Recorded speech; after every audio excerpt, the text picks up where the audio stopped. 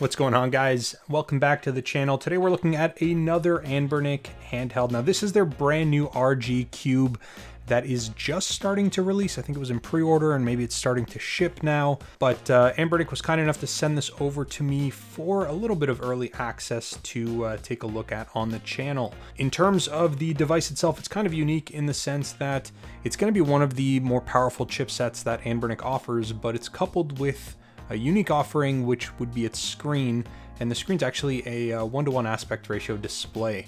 So we're going to take a look at that in just a second, but let's go ahead and get this thing out of the box and show you exactly what comes inside.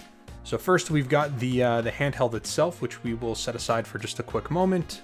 Then we've got the screen protector that is included with pretty much every Anbernic product. We've also got their user manual, and this will be handy for any sort of hotkeys or quick tutorials on how to use the device. They do a good job with this user manual. And then finally, the last thing inside this little box is going to just be a USB Type-C charging cable. Pretty standard cable, nothing special. Okay, so now let's go ahead and take a look at the actual handheld itself. Now, as I mentioned, it's got the 1:1 aspect ratio for the display, making this a nice square. That's actually going to be good for a number of different consoles, and we've seen that in other handhelds that have released with similar size screens. One in particular that you could compare the screen to is the RGB30 by Powkiddy. So you can see they've actually got the same size screen, same aspect ratio. It's got the same resolution as well, 720 by 720. The difference between the two, obviously this one is going to be less powerful, and the Anbernic is substantially better designed, I think. We'll talk about that in just a quick second, but just to give you guys a little comparison between the two. And while we're comparing devices, we should also take a look at the RG556, which is the other Anbernic device that was recently released. The RG556 actually has the same CPU as what is released in this RG Cube. So performance-wise, we're going to get almost the same performance across both devices. Obviously, the big difference is going to be the screen size and what displays nicely on that display. Now, taking a look around the device itself, we've got 4 face buttons, which are actually quite responsive. They feel pretty good, and their overall profile is nice. They don't stick out too far, as you guys can see here. Color scheme that I went with was just kind of a black color scheme, and they've gone with white on black in terms of the buttons. I think it looks relatively sharp just the way it is. 2 analog sticks. Both of these analog sticks have the ambient lighting. So when we get this powered up, you guys are going to see that. And actually, I'll probably put some B-roll up on screen right now that shows the ambient lighting. Lots of cool customizable features around those, or you can just turn them off if you don't want to have any sort of lighting displayed. Now, the D-pad that's included here is more of like a Sega Genesis style D-pad. And although it does feel pretty good, I actually don't really like just like the way it looks. I'm not a big fan of the design itself. I've never really liked the Sega Genesis D-pad style that's included on a bunch of different devices. I would have preferred something more like a standard Super Nintendo style D-pad, or actually if we could get a PS Vita style D-pad on one of these handhelds, I think that would be the best direction to go, because those are super comfortable to use. Along the bottom, we've got start and select, and then on the other side, we actually have a back home button as well as another menu function, or it's the Anbernic button. This actually allows you to switch between the Android system and then a custom Anbernic operating system or front end that you can use when you are navigating through different games. And then taking a look on the top with our shoulder buttons, we have our R1 and R2 buttons, relatively clicky, as you guys can hear. And then we have analog style R2 and L2 buttons. And they do actually work quite well. They're very responsive, and this is actually pretty important because we've got a more powerful chipset in here. We're going to be running things like Gamecube games. You're going to want those analog buttons so that way you can really take advantage of the games in their full capacity. Then taking a look on the top, in terms of the I/O, we've got a USB-C port here. Now this is going to be for charging, but it also does double as video out. So if you've got a USB-C to HDMI, you can plug it in. Now I did play around with this, but I found that on the displays, they were always going to be in a 1:1 aspect ratio. So I couldn't actually take advantage of plugging this into a large screen and use the full resolution of the screen. I couldn't really find a way around it. So I don't know if that's something that can be adjusted, and I just don't know how, or if it's just the way it is and it's just literally mirroring the 1:1 aspect ratio of the display out to an external monitor, and then you're kind of stuck in that. So to me, that's actually kind of useless that that feature's there. You may want it there, but it doesn't function as it should. So not a big fan of that, that little thing that they've got going on there. Next, we've got the micro SD card slot in the top. Now, my system didn't come with an SD card at all, no games whatsoever, so I had to load it up with my own games. Additionally, we also have a 3.5mm headphone jack on the top. And then taking a look at the bottom, we actually don't have anything else going on here other than some dual downward firing speakers.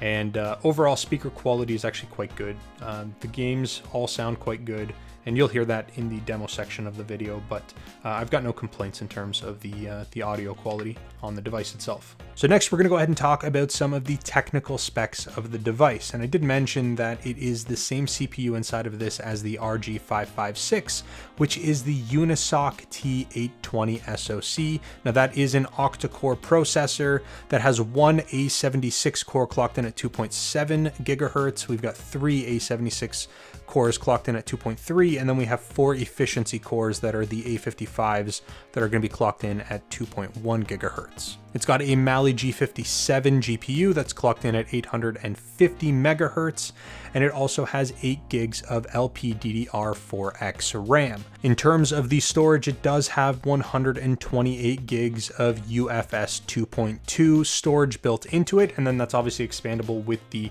addition of any sort of micro SD card that you add to it. We did talk about the display, but it is a 3.95-inch IPS 1:1 aspect ratio with a resolution of 720 by 720. In terms of the built-in battery, we've got a 5200 milliamp hour battery that should be good for up to 7 hours of usage. Now that's going to vary depending on the types of games. If you're using more demanding games, you can expect less. If you're using less demanding games, you can probably expect to get up to that number, maybe even push it a little bit past that. And then finally, in terms of connectivity, we've got Wi-Fi, both 2.4 and 5G. We've got Bluetooth 5.0. And then, as I did mention, it's got the USB DisplayPort support, but connecting it out via USB-C is going to end up with a 1:1 aspect ratio on your display, as far as I'm aware. Now, the RG Cube is available in 4 different color options. And as you guys can see, I've kind of got the white on black device. I actually like the way that this one looks, but there are 3 other color options. You've got a beige white, you've got a gray, and then you've also got a purple color as well. And I've got those kind of displayed on screen for you to take a look at. But typically Anbernic will, over time, if a product's quite successful, they'll release the same product with maybe a different revision and a few other colors. So if you don't really love these colors, you might see some other ones come down the road eventually. Now, taking a look at the ergonomics of the device and the build quality, Anbernic is kind of hit and miss. Sometimes their devices feel top tier and they're the most comfortable devices or the most well-built devices in the market. And then other times you get some products that feel a little bit cheaper. This, I would actually say, feels like it's right in between, between their high-end products and then their low-end products.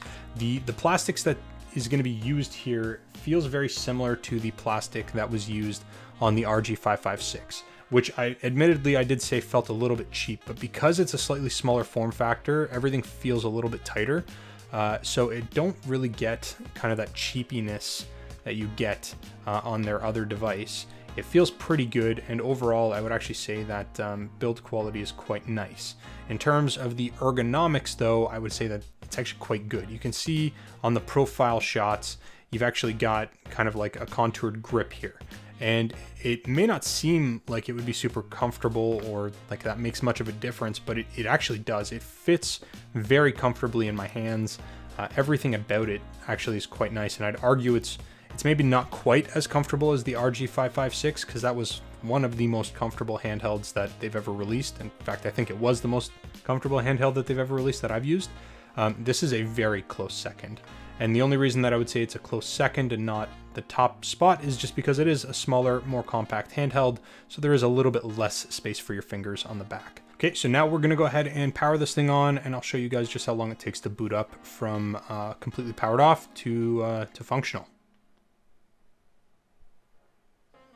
It just vibrated and we're ready to go.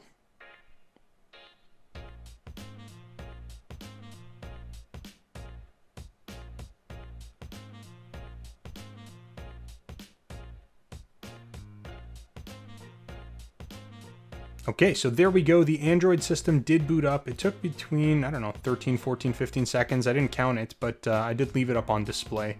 But as you guys can see, it is pretty much just an Android operating system. So it is running a custom Android 13 OS. It does have a little bit of some customized features in here.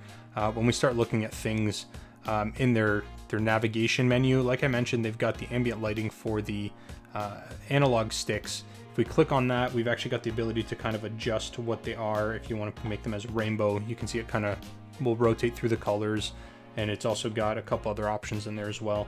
The chase feature is kind of cool, where you can actually set it and it'll only light up where you are physically pushing the analog stick, which is pretty unique of a feature. I do like that. I may leave that one on there just like that. Additionally, you've also got the button to switch. It says NS mode. This allows you to kind of switch the position of the A/B digitally. So instead of this being A and this being B, if you turn it on, that will become A default and that will become B, and same with the X and Y. They'll kind of swap their position. Depending on which console you're using, it might be easier to do that than to fuss around with button mapping on each of the individual emulators. Another big feature that the device has as well is the built-in fan. So it is a more powerful chipset, which requires a little bit more active cooling. So they've actually got a fan built in. What's nice about this is you do have the ability to adjust that. You can set it to auto, you can set it to cool, you can set it to strong. I did notice when it is on the highest setting, it kind of does make like a little bit of a whistling noise. I don't think you'll be able to hear it because it is relatively quiet, but it does have like a little bit of a whistling noise kind of there. Nothing that's obnoxious or really disturbing, but it is something that I did notice. And then getting over to the main navigation again, we've got, like I said, an Android system. Everything comes preloaded, or all these devices do come preloaded with emulators. I didn't go through every single emulator because a lot of them I don't use. I typically will just use RetroArch for the retro stuff. But there's no guarantee that these are the most up-to-date emulators. So you may need to go in and update the emulators, delete them, replace them, do whatever you want. But out of the box, you are going to have PS2, Dreamcast, Wii, PSP, N64, even Sega Saturn. It's all preloaded on here, so you should be able to get your games loaded up and run pretty quickly. Now, this Anbernic button in the bottom is actually going to switch between the Android front end to the Anbernic custom front end. If we click that, it'll go ahead and launch, and then you can access all of your consoles right here. This is more of like a gaming style front end, so if this is something that you like or would prefer rather than fussing around with Android, you can absolutely do that. If you press the button again, it'll take you right back to Android. I don't actually prefer their Anbernic menu. I think that it's fine and it works for people who just want something that's very simple and easy to navigate, that's kind of like a plug and play type of console. But I've always preferred having the full customizability of the Android system. Now, in terms of gameplay and performance, I'm not going to spend a ton of time talking about things like Android games or some of the lower end emulation style consoles. We know this thing is going to run Super Nintendo. We know this thing is going to have almost no issues whatsoever with PS1, and even Dreamcast is going to perform quite well. N64 runs really well on this device too, and I will show a little bit of gameplay footage with some Dreamcast N64 type stuff, but I did want to focus primarily on things like PS2, Gamecube, and then also on 3DS. Just because that's going to really push the device to its limits in terms of performance.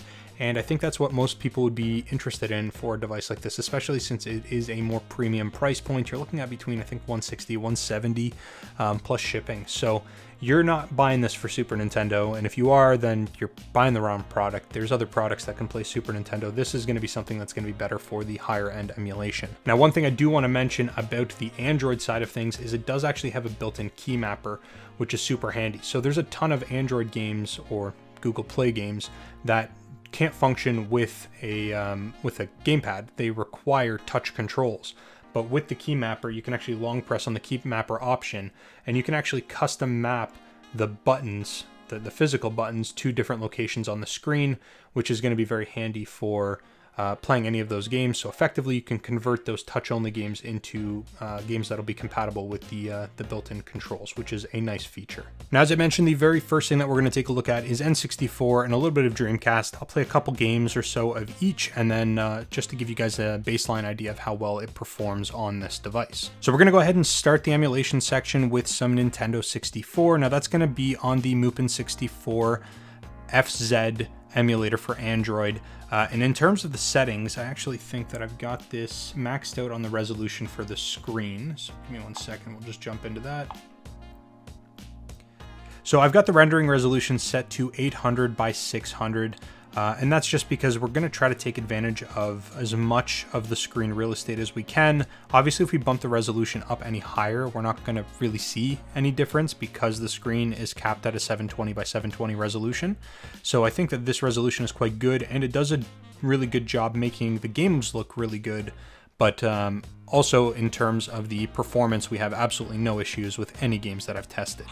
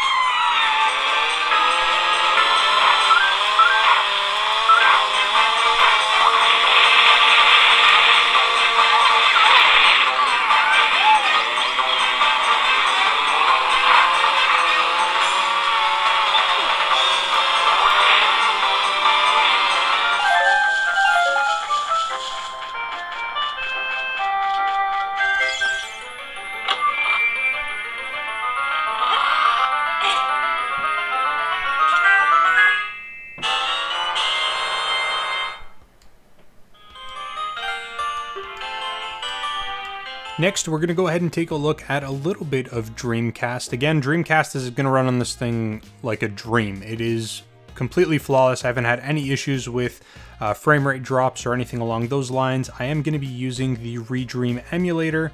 And in terms of the gaming resolution, we've got it set to 1280 by 960, which is above what the rendering resolution of the display is natively, but it will give us still a very good baseline on performance for any sort of Dreamcast games. So let's go ahead and jump into it.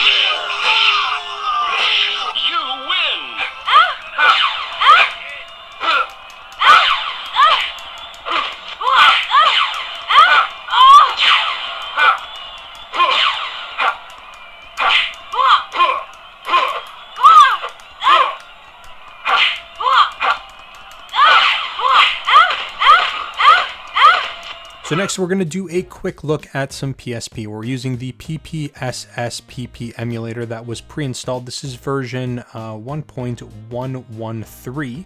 In terms of rendering resolution, we've got it set to 2x. One thing I will note is that PSP is probably one of the least ideal consoles, although it can run on here, to run on this specific screen size, just because the massive differences between the native screen size and this 1:1 aspect ratio. You guys can see that for yourselves, but we'll go ahead and show off a couple games here.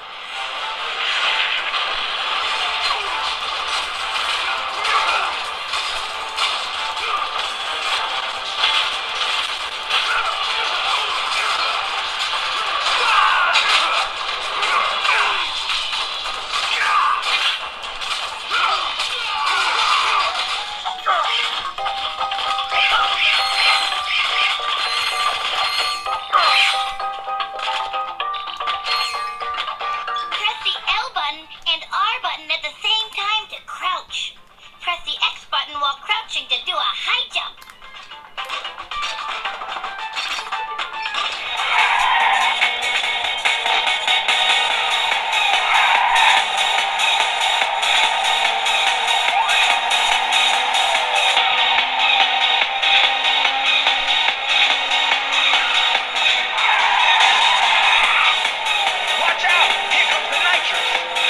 So next we're going to go ahead and jump into some more advanced emulation. We're talking Nintendo 3DS on the Citra emulator. This was pre-installed by Anbernic, and it's not the latest version of Citra, but it is a very good version that seems to run most of the games fairly well. I'll let you guys take a look at that yourselves, but one of the cool little features that they've done here is they've included a little bezel. If we launch Mario Kart, for example, you've got this little custom bezel here that takes up any of the black space, and it really does make it feel more like a Nintendo 3DS. So that is a cool little feature. Now you may want to install a different version of Citra for different performance reasons or different settings reasons. I actually did that as well. So depending on the game, I'm going to switch between the built-in Citra version that they've included versus the latest release of Citra prior to its takedown. But we're going to go ahead and jump into some Mario Kart 7 with the built-in version.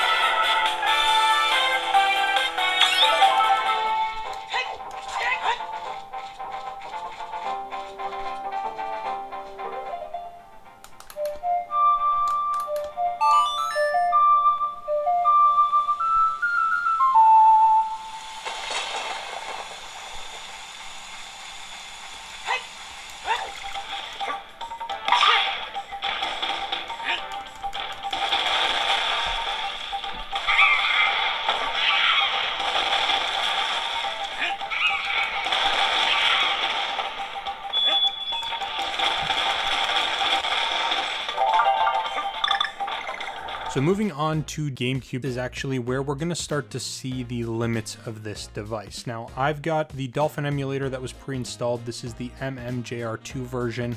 They also did include the stock Dolphin emulator, and you really have to jump between the two to find which one of the two is going to perform best based on the title that you're looking for. I've left everything as stock in terms of rendering resolution. It's all on the native resolution. And based on my experience, we are going to have some frame rate drops in a ton of the games, so you aren't going to get perfect emulation, but we will be able to play a lot of the games without too much hassle. Golden opportunity.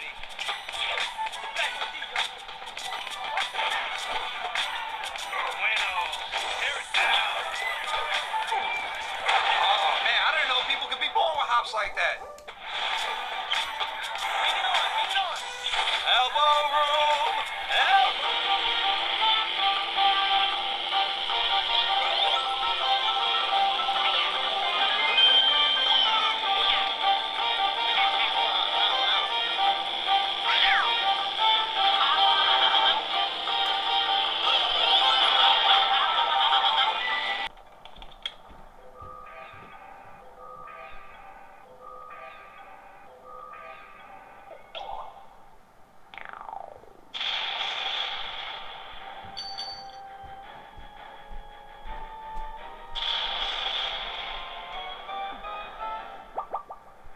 And then finally, we are going to look at PlayStation 2 running on the Aether SX2 emulator. Now, this is going to be pretty much the ceiling of performance on this device. In terms of our settings, we've got everything pretty much set to default with the rendering resolution set to a native 1x. Performance is hit or miss depending on the title, but I'm going to go ahead and let you guys take a look for yourselves.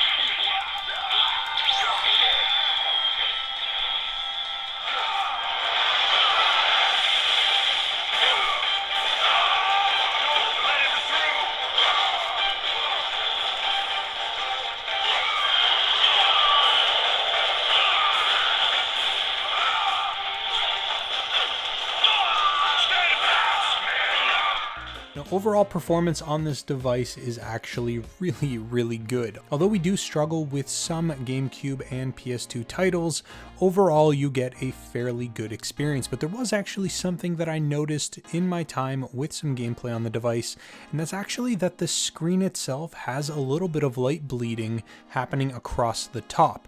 Now I'm going to try my best to get this on camera and show you guys, but that is something I do want to mention, especially considering the price point of this device. Now there's probably ways that you can go in there and make some adjustments physically to try to minimize that light bleed, but it really shouldn't be there on a device that's going to be retailing for about $160 to $170. And then coming around full circle, we're going to look at the pros and the cons. On the pro side, I would say that the ergonomic design and the overall build quality is quite good. It's got really strong performance for higher end emulation, and the battery life and the thermal management is quite good. And then on the con side of things, the major issues are the screen quality with the light bleed issues that I mentioned, the limited video out support, and it is a fairly high price for this type of niche product. Now my final thoughts on the device is that I really do like the build quality and the design of it. I think this is a handheld from Anbernic that is one of my favorites that they've released. And if you are in the market for picking something up that's a little bit more compact than, say, the RG556, this is going to be a really great option for you. Now, as always, I'm going to leave some links in the description down below for you guys to learn a little bit more or to pick one up for yourself. But I'd love to hear from you guys in the comment section down below. Let me know what you guys think of this device. Is the form factor look okay to you? Are you put off by the 1:1 aspect ratio screen? Or do you actually think it makes a little bit of sense for devices like this? But outside of that, I don't have much else for you in this video. Thank you so very much for watching, and I'll speak to you guys again real soon.